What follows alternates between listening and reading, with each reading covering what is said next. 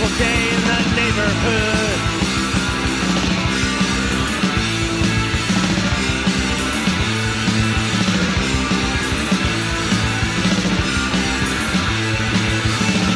The sun is shining, flowers are blossoming, snotty little kids waking up their parents.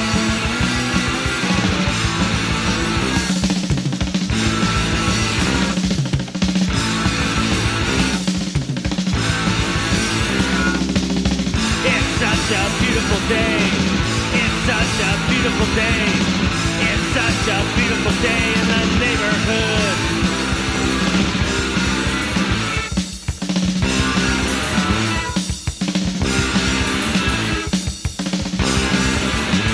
The birds are chirping, lawnmowers cutting, barbecue burning, dead animals. It's such a beautiful day. It's such a beautiful day. It's such a fitting day. It's such a wonderful day. It's such a beautiful day. It's such a gorgeous day. It's such a happy day. It's such a beautiful day in the neighborhood.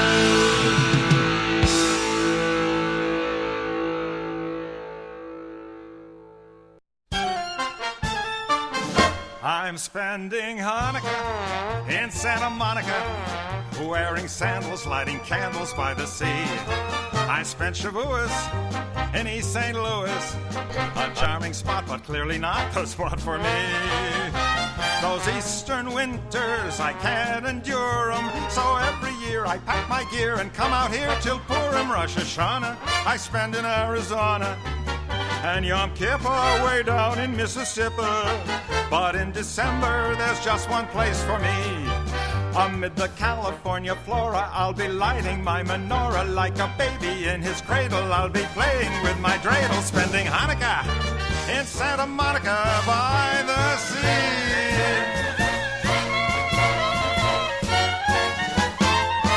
I'm spending Hanukkah in Santa Monica, wearing sandals, lighting candles by the sea.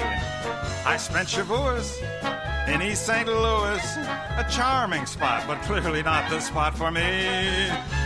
Those eastern winters, I can't endure 'em, so every year I pack my gear and come out here till Purim, Rosh Hashanah, I spend in Arizona, and Yom Kippur way down in Mississippi.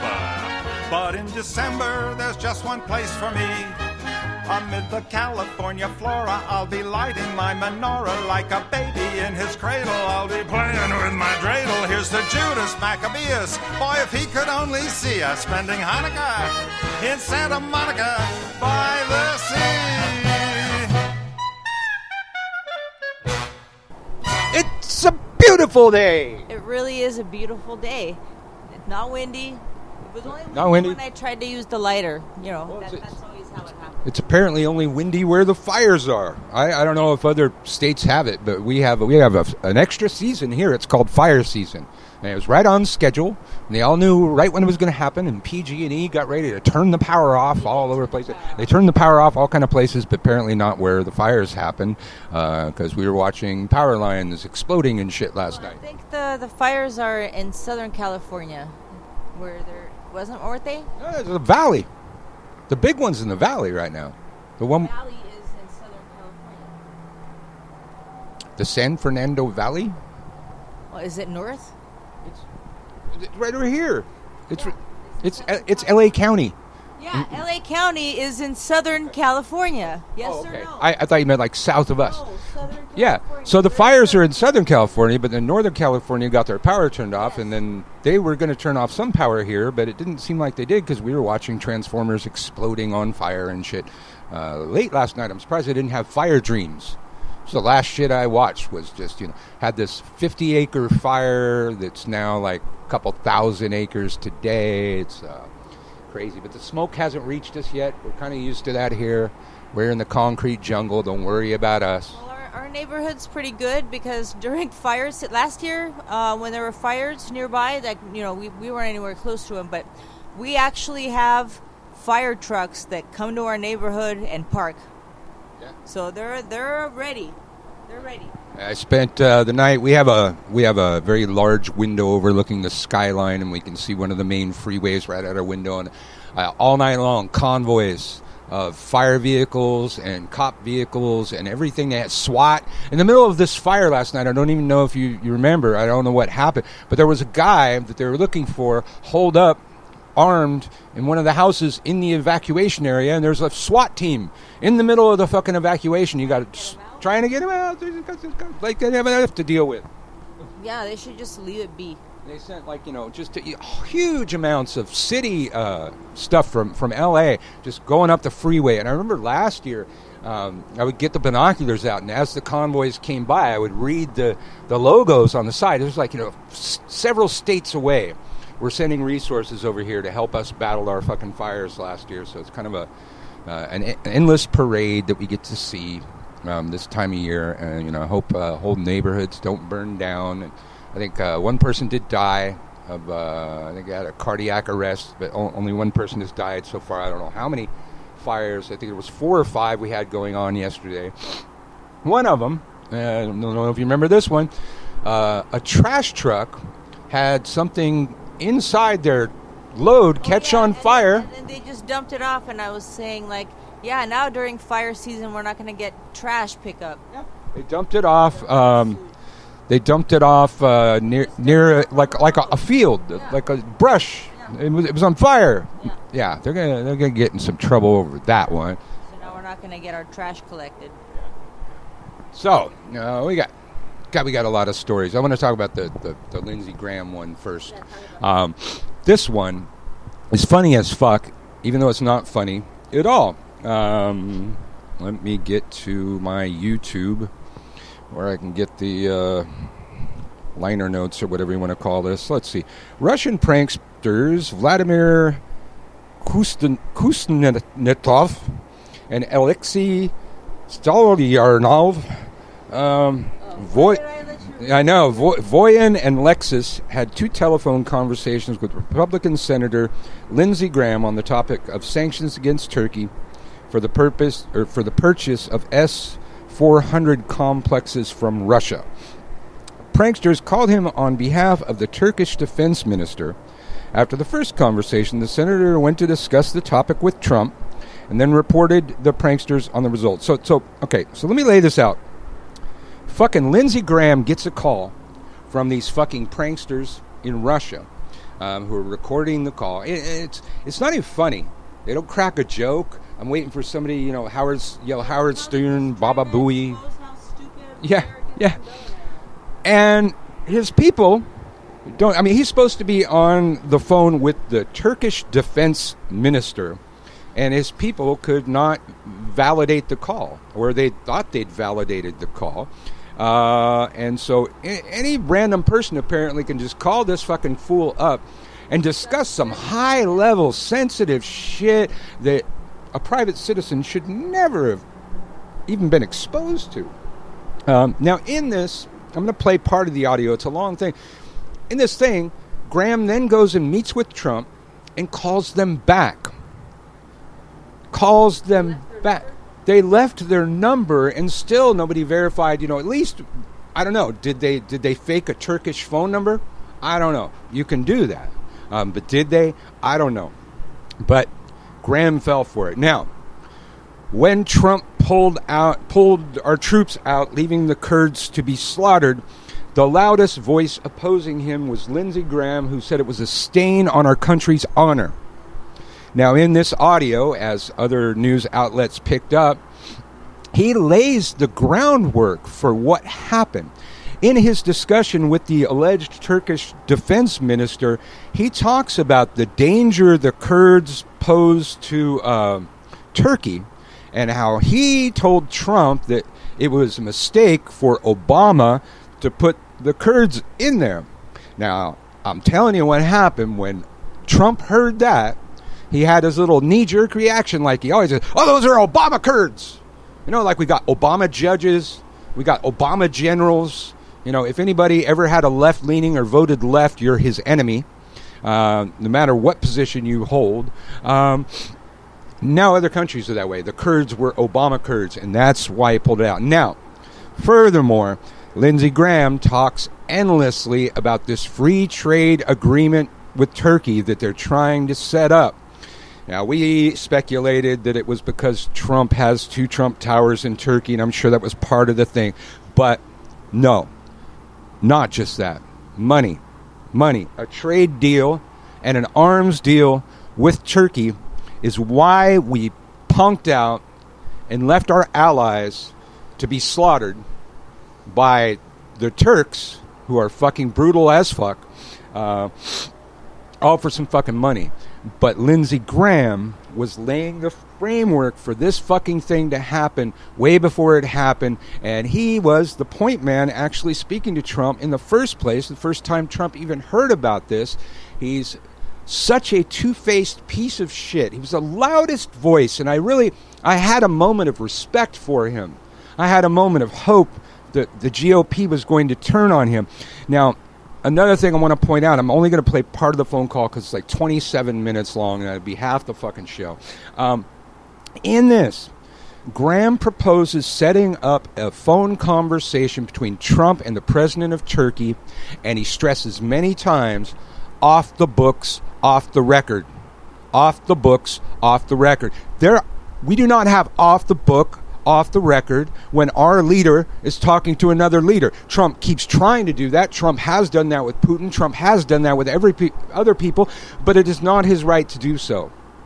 There is an oversight branch that is supposed, just like the whole thing with the president of Ukraine. Trump is doing these shady little fucking deals all over the place, and maybe this is after the thing in Ukraine happened. They wanted to make sure everything's off the books and everything's really fucking secret. And you know, when you're innocent, you need to keep everything really secret.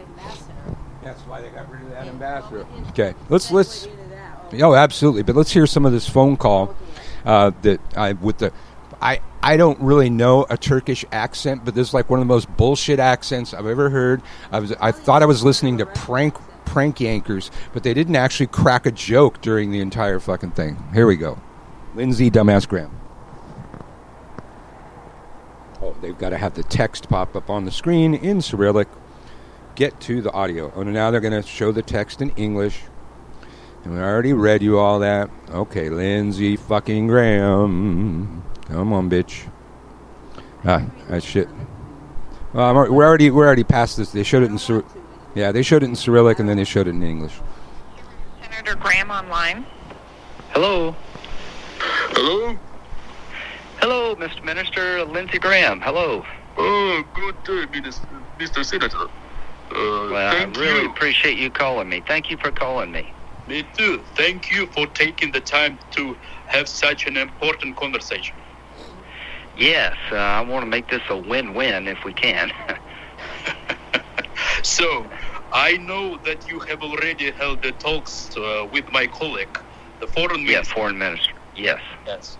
And therefore, I would like to talk to you through my ministry. And yes, sir. Yes, sir. Probably you know, yesterday I talked with your news secretary, Esper. And I did not know that. Yes, we are trying to find a common ground on the safety line. Yes, yes, good. Which is not easy for us. So, know. As far as I understand, President Trump has entrusted you with this negotiations. And yeah, sort of. Let me tell you what he told me. Mm-hmm. I don't want to impose sanctions on our ally Turkey. I want us to move toward a free trade agreement. And I've convinced my Republican colleagues to stand down, that right now the system's not activated, so there's no reason to talk about sanctions. And I'm hoping you can work with our military to get the S-400 in a good spot so that we can move to a free trade negotiation. That's perfect. And yes, that's a good news. And I know, but first I would like to say that the purchase of S-400 is an internal matter of Turkey, but so our president thinks that it could be like a invasion in our internal matter, as to let you know, probably. So and I also is interested to make our free trade agreement if it's possible. Well, I think that's the biggest thing we can do to improve the relationship is to marry up the economies, have a free trade agreement. That stabilizes the lira. That makes the relationship more strategic.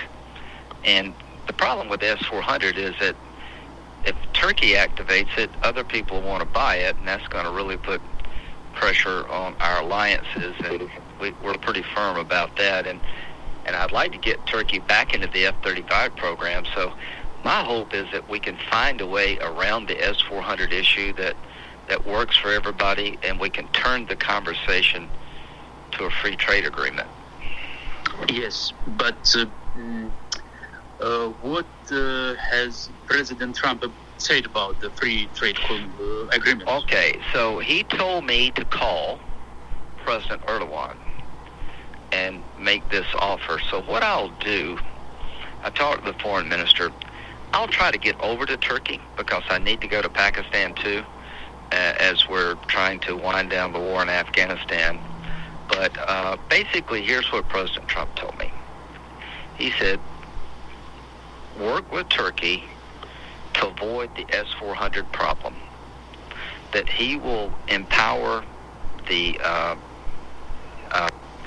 he said, and make this offer. So what I'll do, I will only do that if it's okay with President Erdogan. I don't want to do anything that would embarrass him. Yes, that's a great news. I think that it's all what we need. But you know that we are against any sanction policy. And well, me too. I understand. I mean, our law is very clear on this about if it's activated, and this is just a problem we're going to have with other countries. And all right, I'm going to fast forward it just a little bit here. Syria.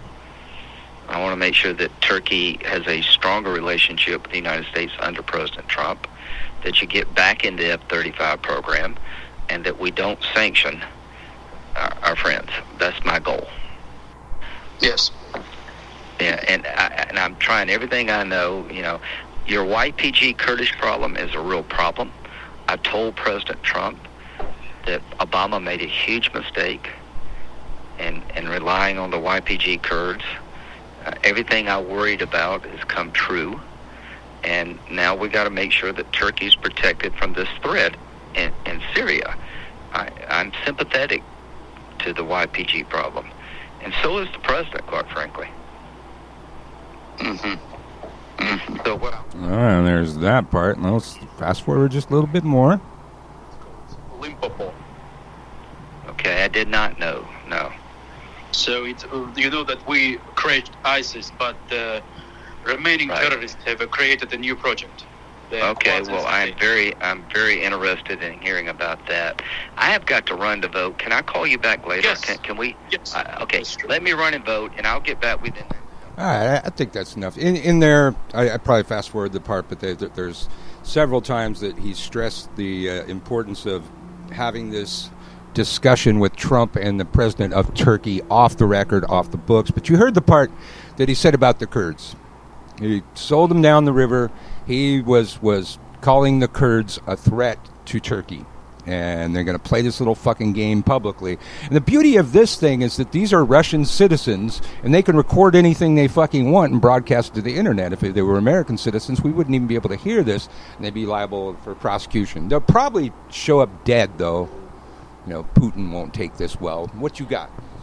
Well, there was that ambassador to Ukraine that Trump mentioned in that phone call, and her name is Marie Ivanovich, and she says that Trump pressured the State Department to fire her, and she's gonna. She appeared for a deposition in the impeachment inquiry, and basically, I'm just gonna summarize it. She was not okay with doing things like offline and secretly and flying under the radar. Like she wanted even like when he was asking Ukraine to investigate the Bidens. She was saying, like, there are legal channels to make that sort of request publicly.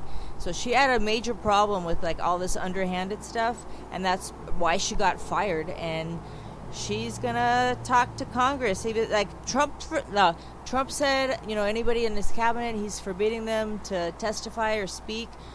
I don't know if he even has that power over her because she's fired.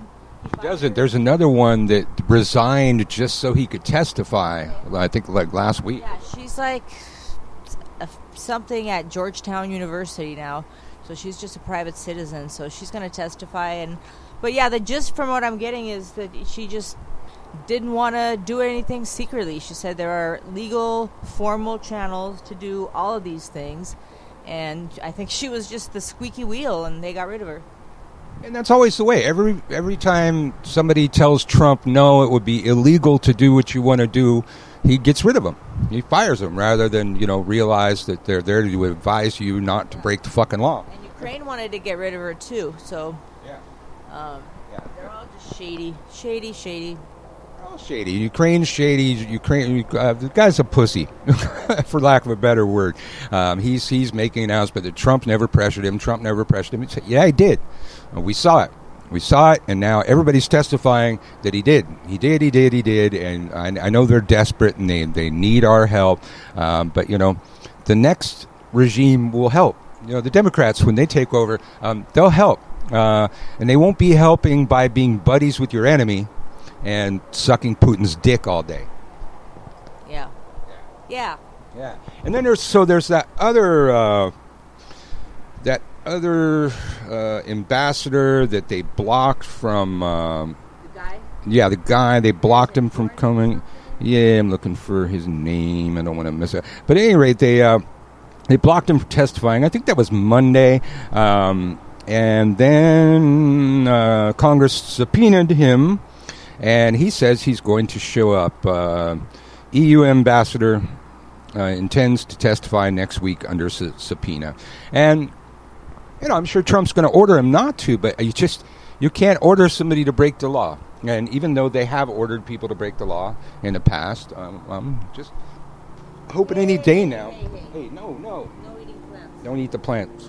I'm hoping any day they get some guts and use their enforcement branch and, you know. Thinking today's the day, and it's never the day. Maybe tomorrow. Sun will come up tomorrow. Let's see what other stories you got there. There's Graham. That rally in Minnesota that we were talking about, and it was in Ilhan Omar's district, and he kept, you know, talking all this shit, saying, "How did you guys end up with somebody like her and American, what did she say? America-hating socialist, and she's a disgrace, and blah, blah, blah." And then he promised not to let any more Somali refugees into the country. And apparently Minnesota has the highest population, and she won by a wide margin at the last election. But I don't know. Can he just decide to not let Somali people in for no reason? I think because he doesn't like her? I think the last time he tried to single out a country or a race, he was challenged in court. It's gone back and forth. He sure the hell shouldn't have the right. But look at this butthurt little bitch. You know, that's all he fucking does. And he's not even going to pay them for having the rally because he owes like a lot of cities and. They just said six of the cities that he just had rallies in haven't got paid, and that's his way. He never pays. Yeah, I know for sure that he didn't pay El Paso because he had it at the same time. I think Beto had a rally there. I'd be a billionaire too if I didn't ever have to pay anybody. If you didn't have to pay taxes. Yeah, I would pay taxes. Well, apparently, I don't know. His appeal got struck down over his tax return. Yeah, and it's not just the tax return. They want to see all of his financial documents. Yeah, he's going to resign before that happens, man. Let's hope. But that won't stop it. But he's impulsive. He'll just do that kind of thing. Yep. Let's see what else is going on. Yeah. Let's see. The Giuliani thing. I don't think this happened after the show, So those two men who were arrested, I don't remember their names anymore. They're Russia. I think one of them is from Belarus. Anyway, they were caught at the airport.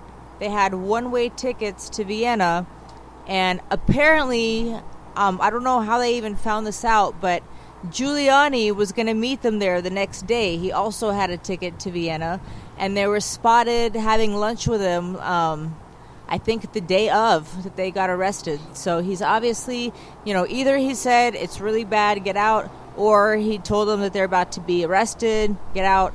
But he tipped him off to something, and I think Giuliani's in a lot deeper than any of us realized, but we're starting to realize it now.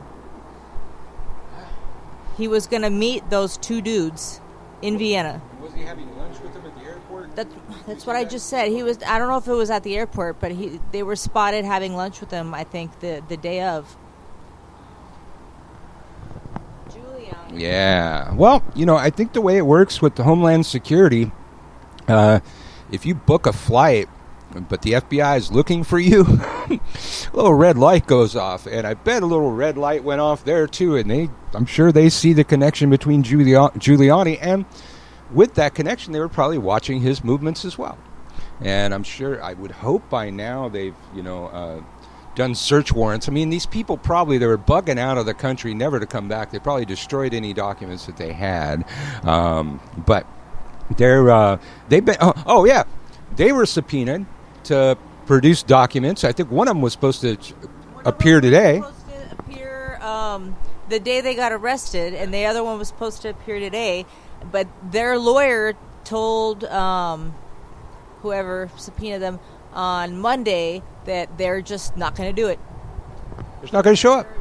Yeah, they're taking a page out of Trump's book. They're just not going to. See, I told you, private citizens don't have to follow subpoenas anymore. Yeah. Fuck jury duty. You're fine. Throw it away. Yeah. Get a lawyer. Yeah. I read this other interesting story, which just more of like how he thinks he's the state and that he's above all the above all the laws and everything. But I don't know if I can find it anymore.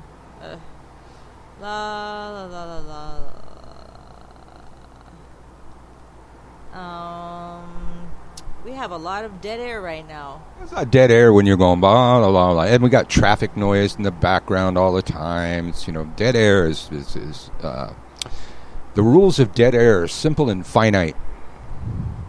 New York Magazine cover crushes Trump with impeachment pun. It's a peach. And it says finally on it.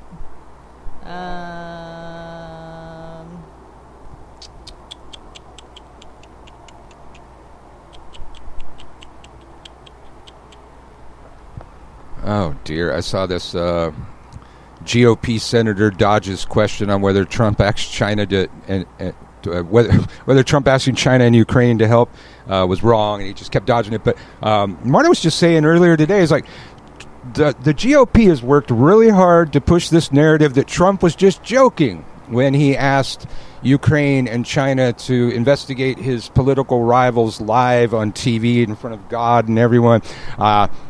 Now, we know that Trump sends the GOP his talking points, but apparently they need to send talking points back and have somebody read them to Trump, because Trump's doubling down that he was not joking. He says he was not joking. Now, I don't know. It seems to not matter to them what Trump said he did, because they're still trying to say, that the whistleblower had hearsay and all that, when in what the whistleblower said was exactly what Trump said happened. But Trump says he wasn't joking about China and Ukraine. It's not a joke at all. You got one? And then, this was the one I was talking about. Okay. Trump versus the Constitution. In impeachment inquiry, Trump insists he's above the law. Faced with an impeachment inquiry, President Donald Trump has openly defied the core constructs of the Constitution. Donald Trump has spent his time in office trying to bend the conventions of the American presidency to his will. Now he appears to be trying to override a core principle of democracy, that no one is above the law. Faced with an impeachment inquiry, Trump has openly defied the core constructs of the Constitution.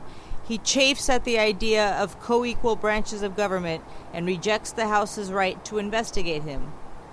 He has deployed a convoluted logic in which he has declared that the courts can't investigate him because as president he cannot be charged with a crime, but also that Congress cannot impeach him because its inquiry is politically illegitimate.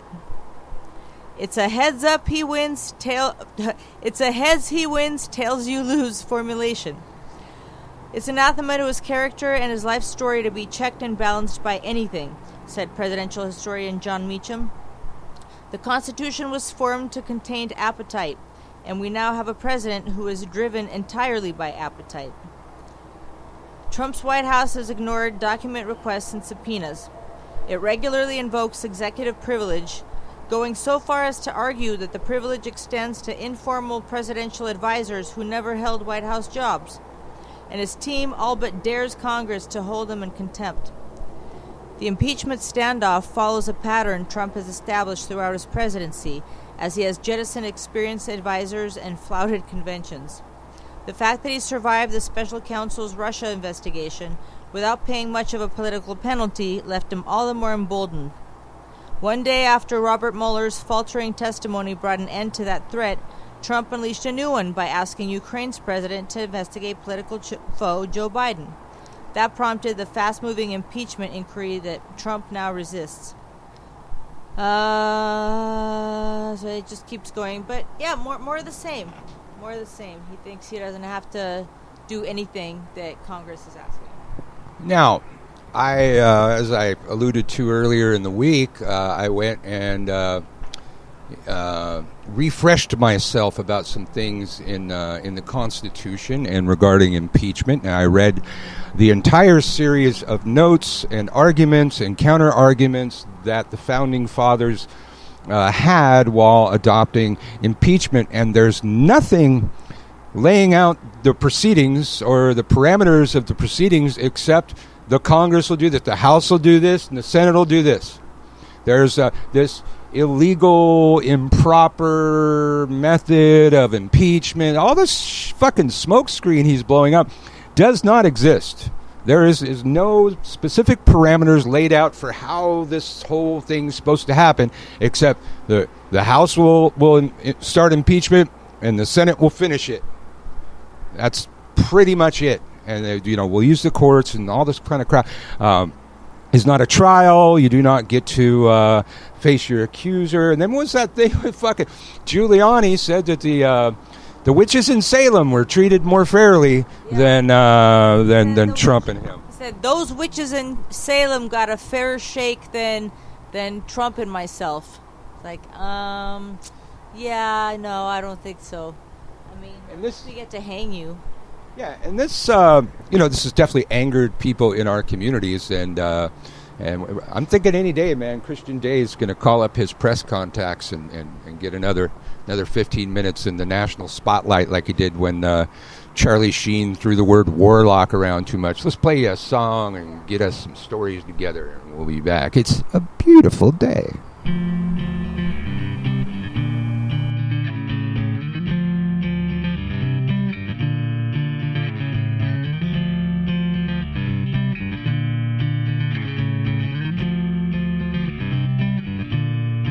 A new age of reason, brain treason to trick the mind. What good is searching if nothing's there to find?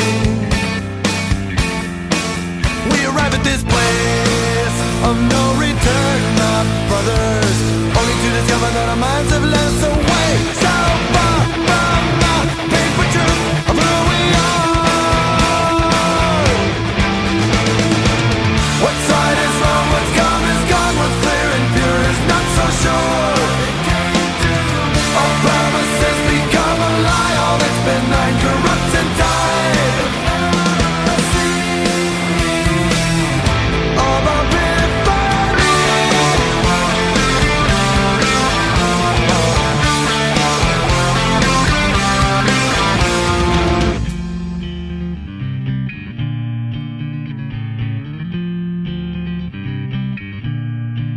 come forth, bear witness.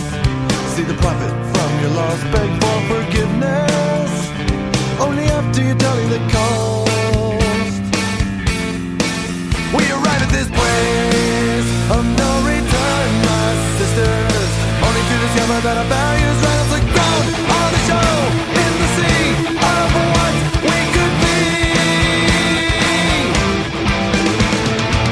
What's right is wrong, what's come is gone, what's clear and pure is not so sure.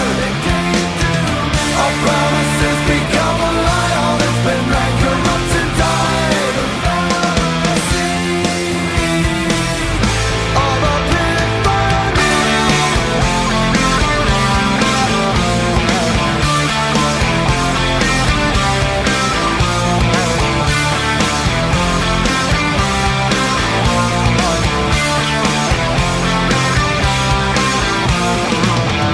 if it's real for me, do I have to prove it to you? Why do revelations fade to cold blue untruths? It's all so relative, subservient in total one's perspective. Yeah.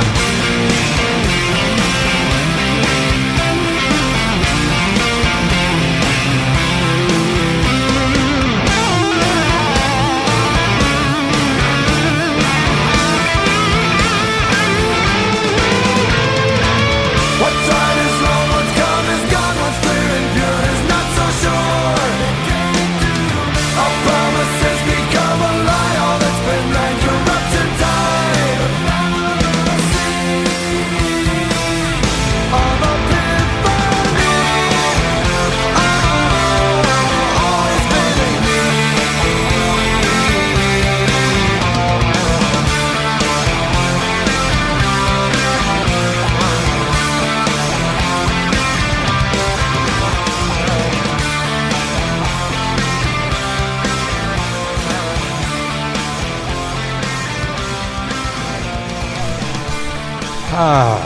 It is beautiful. Now this one, fascinating. You know, I always get in arguments with Trump supporters. That's pretty much what they're for.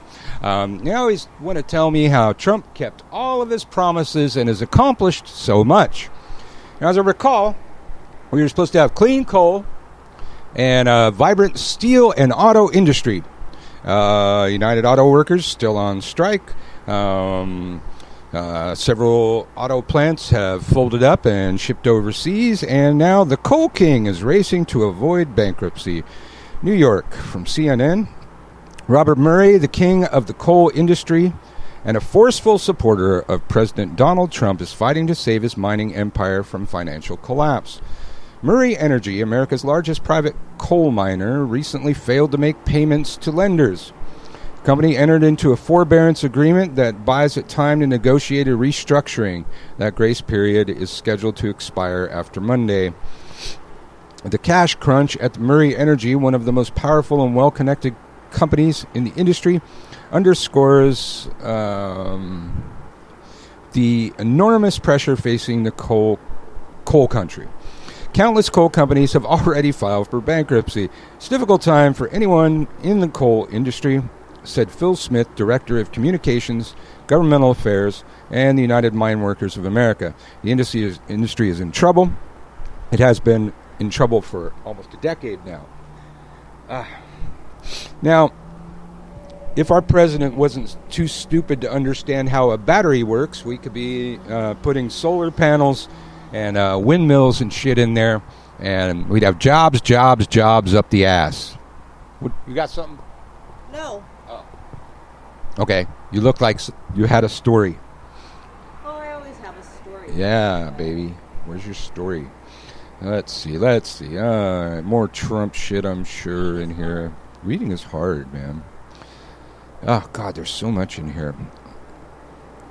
Let's see. We already talked about how Trump promised he won't let any Somalis into the country because of Omar. Yeah, you talked about the was Minnesota rally, was it? Yeah.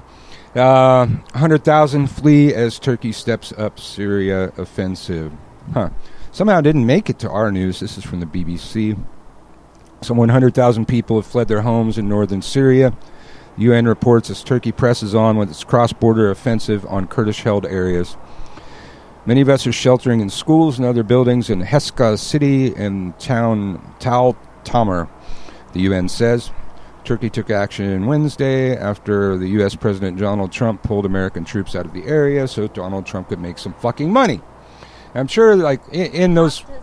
They talked to. Remember that guy? It's like I forgot. I think it's in The Hill, but it's this article about how this soldier said, who's still there, I guess, said he's never felt so ashamed of his country as he does now, and he was just saying, he trains people all over the world, and he was saying that the Kurds complied with all of Turkey's demands and requirements, and the U.S. also complied. He said the Kurds pose zero threat to Turkey, none. And now we have to stand by and watch them get slaughtered for no reason. Now here, this is from the BBC again. They're all watching us. Trump lawyer pressed Oval Office to release gold dealer. Rudy Giuliani, President Donald Trump's personal lawyer, used an Oval Office meeting to seek the release of a jailed client, U.S. media report. The request reportedly prompted a swift rebuke from then-Secretary of State Rex Tillerson, who said it would constitute interference in an open investigation. Mr. Giuliani reportedly asked Mr. Tillerson in 2017 to help free his client, an Iranian-Turkish gold trader. Mr. Trump had encouraged Tillerson to work with Mr. Giuliani, U.S. media said. Trader represented by Mr. Giuliani, Reza Zarrab, eventually pleaded guilty in New York to orchestrating a conspiracy to launder billions of dollars in gold and cash to Iran in order to evade U.S. sanctions. Now, okay, we have sanctions on Iran. This guy tried some scheme to avoid the sanctions, and Giuliani's trying to get him released. I mean, it's bad enough that they do this kind of shit for their clients, but that particular client trying to skirt, oh God, I can't even, man. I can't even. Can you even? Sanctions. Every day I think I can't even, and then another day comes and it's worse. I mean, I can't even. I can't even. Yeah. This. There's more to come. The suspect in the synagogue shootings in Germany pleaded guilty because he hates Jews, basically. And I saw this other one in Germany.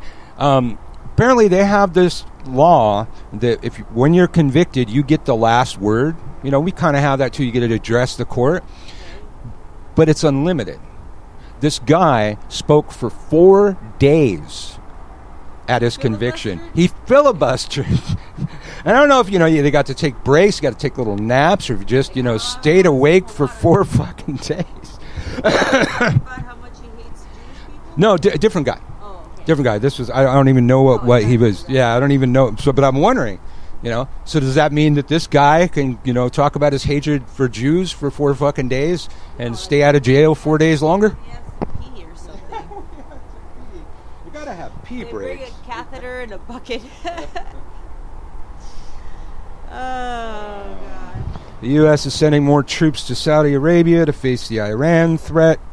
But Giuliani's trying to, get people released for skirting the sanctions. Oh, God. We All right. watched an NBA game that was in Shanghai, China. And I didn't know that was a thing. That's what, now it kind of makes sense that the NBA is having issues with China, because I saw that coming over on my feed the other day, and I was like, what the hell does the NBA have to do with China? But we watched the Lakers versus the Nets in China last night. I don't know how they decide who the home team is, but they decided that the Lakers were the home team and the Nets were visiting, and the Lakers were up the entire time. And then, in the end, they lost by 1 point. I just can't. There were guards with guns forcing people to cheer for the home team. No, not really. Yeah, there was this. I heard this whole story about it. And so I guess the NBA became big in China a few years back when we had, the tallest Chinese man in the world, Ming something. I want to say Chow, but that's so Chinese, it's not even funny. But, tallest Chinese guy anybody ever seen. And he was one of the tallest basketball players. Ever. Yeah. He happens to be Chinese, but he's not just tall for a Chinese person. He's just tall. And they say the first time that he played, 200 million Chinese citizens tuned in to the game. And I thought that was the only connection. I didn't know that we actually had our teams. Yao Ming. I didn't know that we actually had teams play in China, but apparently we did. And they were talking about last night. There's some sort of salary cap on the players and the owners in the NBA, and since the ruckus with China, the salary cap goes down 15% because of the lost revenue from the Chinese viewers, because they said they're just taking it off of the TV, but yet we were just playing in China, so that maybe they didn't even broadcast that game in China. I don't know. They had a blackout. China's good at that. To watch it, I was kind of surprised. Yeah. But yeah, so disappointing. So disappointing. 1 point. It's because that guy got to shoot free throws and he made both of them. Yeah, and that was like the last time we watched the Lakers last year. It was always that kind of shit within 1 point. They'll be ahead, and then at the very last minute, they lose by like 1 or 2 points. Yep. So I'm hoping we're not going to have a repeat of last year. So I don't know, man.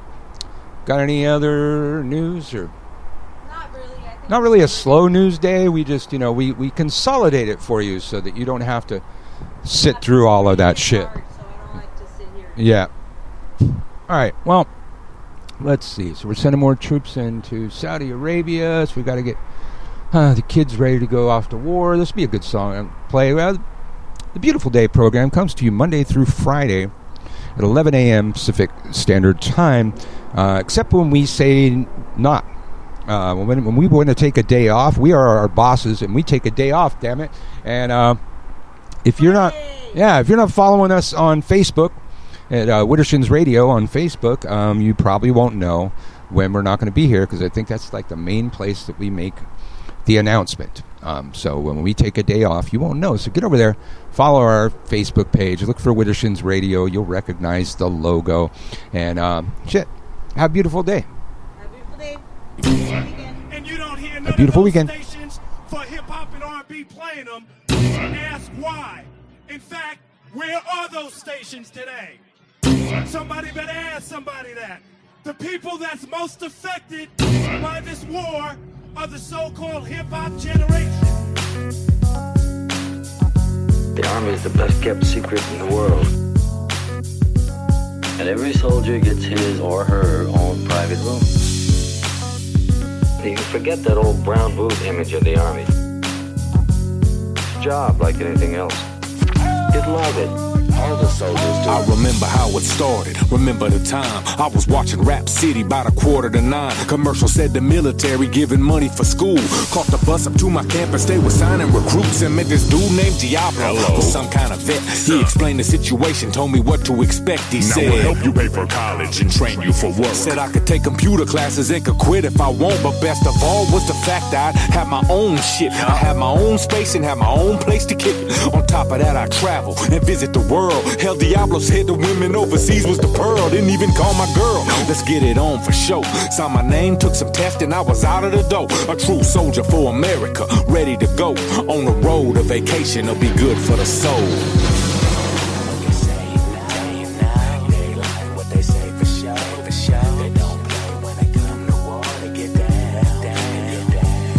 Showed up at basic training, but what a mistake, cause this motherfucker yelling at me all in my face. In this dirty ass latrine, 50 men in a room, running laps up in the mud at 4 o'clock in the morning. I'm scrubbing toilets, doing laundry, and feeling the pain. If I didn't know no better, I think boy was my name. Same bullshit line, so many bit for me. Got a nigga twisted up in this illusion of freedom. Fuck this shit, I'm out tomorrow, made up my mind. Everything Diablo said I'm finding out was a lie. That's when my unit got the call, the commander-in-chief wanted ground troop assignments, keeping peace in the east. What a relief. I'm thinking finally something new. Shipped us off and 20 hours later we was en route. Touchdown around 11. The desert was brutal. Then the ground split and caught us by surprise from the shooting.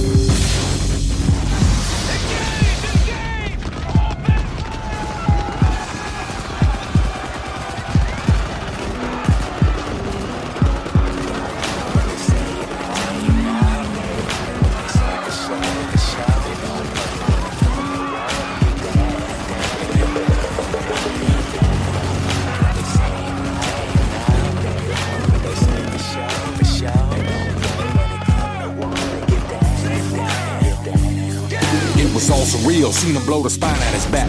In the minefield, we was reeling from the attack.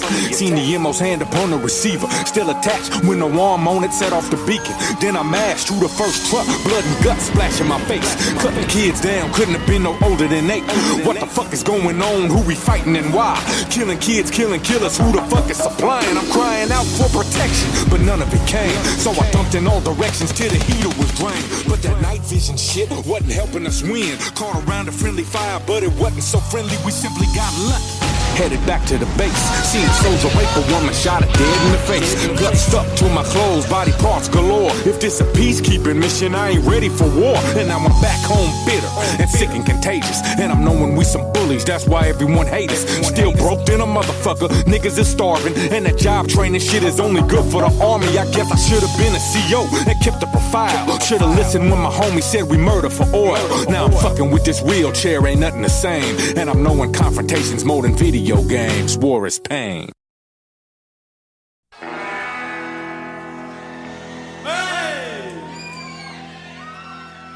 What are you looking at? Well, let me tell you what it is. Please. I went out last night and I got completely messed up. And when I woke up this morning, you should have seen what I had in the bed with me. You wouldn't believe it. I will. She looked up at me. I'm getting to that. She looked up at me out of her clear blue and red bloodshot eyeball right in the middle of her twilight zone in the diner.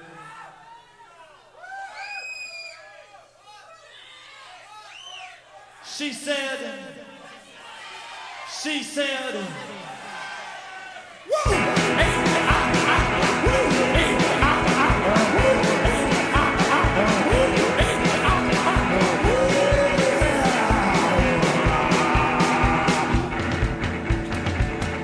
Look out there.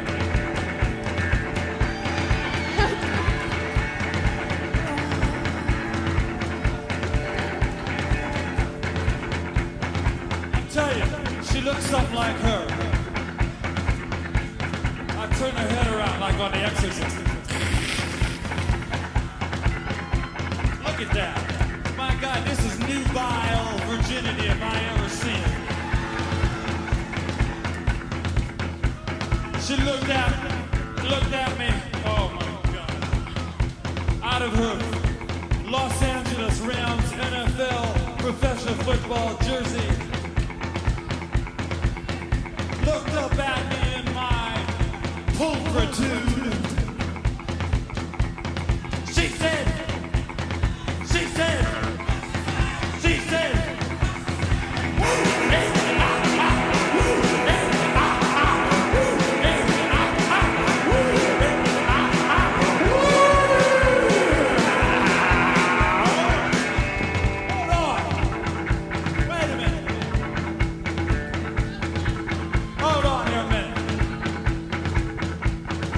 grabbed a hold of her inflatable breast,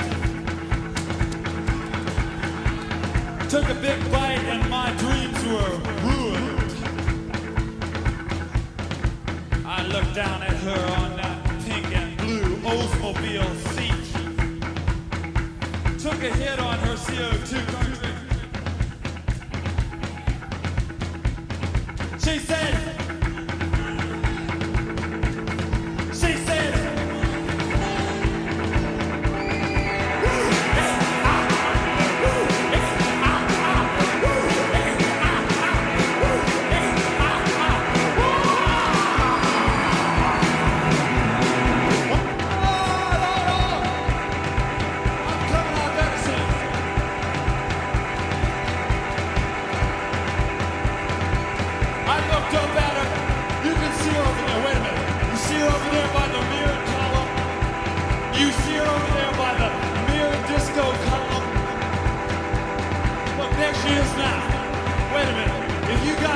twisting for a second, we can find out about this. There she is, underneath the red and blue blinking light. You can't see here, but you can smell her from here.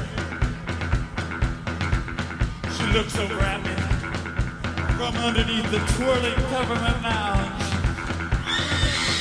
Joey D and the Starlighters twisting lights. And she said,